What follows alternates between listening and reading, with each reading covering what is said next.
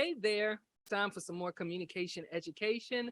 I am Denise Hill, and I want to talk to the leaders. We're talking about language, the language that you use with your team, with your subordinates, with those that you supervise. We're talking about leadership language. There are three things that I want you to consider when we talk about the language that you should use. And I'm not speaking in the sense of, are you speaking English? Are you speaking Spanish? Are you speaking, Russian? Are you speaking German? Are you speaking Portuguese? I'm not speaking about those types of languages. I'm talking about the type of words that you use, which words you choose to use, the type of wording that you choose to use to get the outcomes that you're looking for, to pull the best out of your team. Like that language that should represent the growth mindset that you want your team to replicate, and not a limiting mindset, a type of language that will get you toward the outcome and the results that you want for yourself and for your team, especially for your team, because if not for your team, there would be no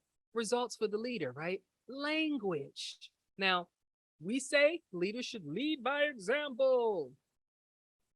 Yeah, I mean, if you want a team to be effective and progressive, and if you want them to be going after those outcomes, a leader should likewise be progressive, passionate about their job, and seeking to achieve outcomes. Also, it's just a different level of outcomes, a different type of outcomes, etc., etc. That they should be able to find their example of what that looks like by looking at their leader. If somebody says, go be successful, there should be an example of what success looks like. Yes, they're going to have to define what success is for themselves, but in terms of some of the habits, some of the behaviors, some of the traits of a leader, there should be an example of that for the team to follow. And language is but one communicative area about leadership that should be addressed. And there are other videos that you can check out concerning nonverbal behavior and other such communication things that leaders would need to think of so that they can be most effective and help their team be most effective and goal oriented and driven. All of that good stuff, right? Yeah, just three things I want to share with you, okay? One, as a leader, your leadership language should help develop your people. That's that growth mindset I was talking about. Your leadership language should be language that helps develop your people, as opposed to keeping them where they are as little worker bees. Just keep doing this, do this. The language should be around, great, you did that. Listen, what is a better way that could have been accomplished? Or what is an additional approach that maybe the team could take to achieve that same result? Or, hey, you did great. Could you share your approach with your team members? Because now you're putting them in a kind of pseudo leadership position where they feel like they can perhaps grow into that because they've done something that's productive that the team members didn't do, that now they can share with them. But if the language is solely, oh, you did that, great, and you're done, and it's solely about the task at hand, and did you complete it or did you not, that does not leave much space for development and growth. Whereas if it's language around, hey, you did awesome, because you should always lead with something positive. Let's share that with others. How can we build upon that? What do you see being your next step?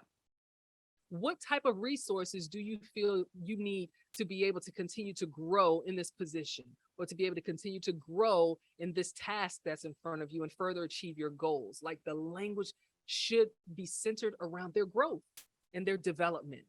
And a growth mindset would always do that, right? So you've got to make sure the language you're telling yourself, go back and look at the self-talk video, because you are always where you are. And if your mindset is limited in your personal life, then it will be limited in your professional life. So make sure you have a growth mindset, and the conversations within yourself is about you growing and continuing to develop, because that is the same language that you should be using for your team if you want them to continue to grow and develop as well. We're talking leadership language here, family.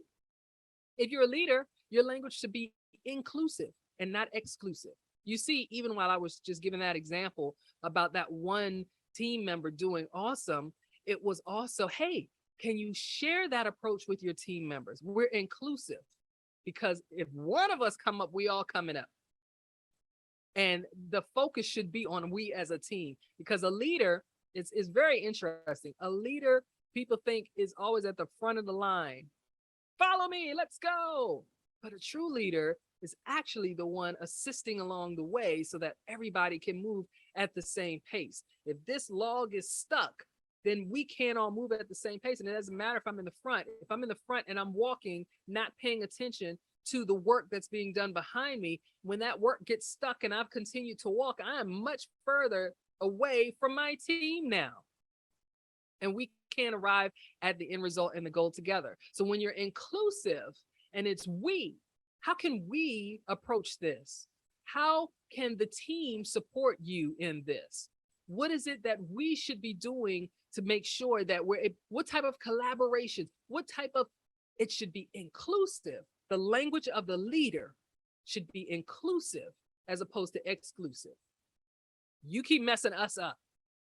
That's not inclusive. Yes, I know us is an inclusive type word, but the finger pointing, you keep messing, that's exclusive. You're excluding them from a leadership. Language should include everyone, because the success is going to benefit everyone. Does that make sense? I hope it does. We're talking leadership language. First, we talked about how leadership language should help develop people. Just talking about how it should be inclusive and not exclusive.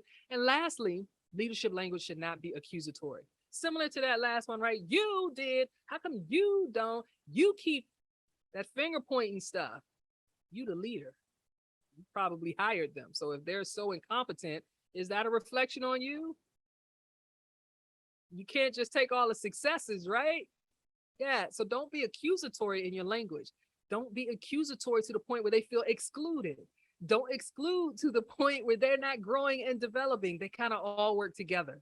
Your language, how you communicate to your team, the exact wording that you choose is going to determine whether they continue to grow, work together, and succeed toward the goal of the team.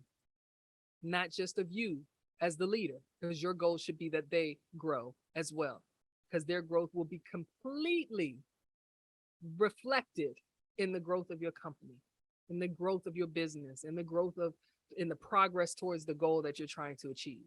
Leadership language matters. Leadership language matters.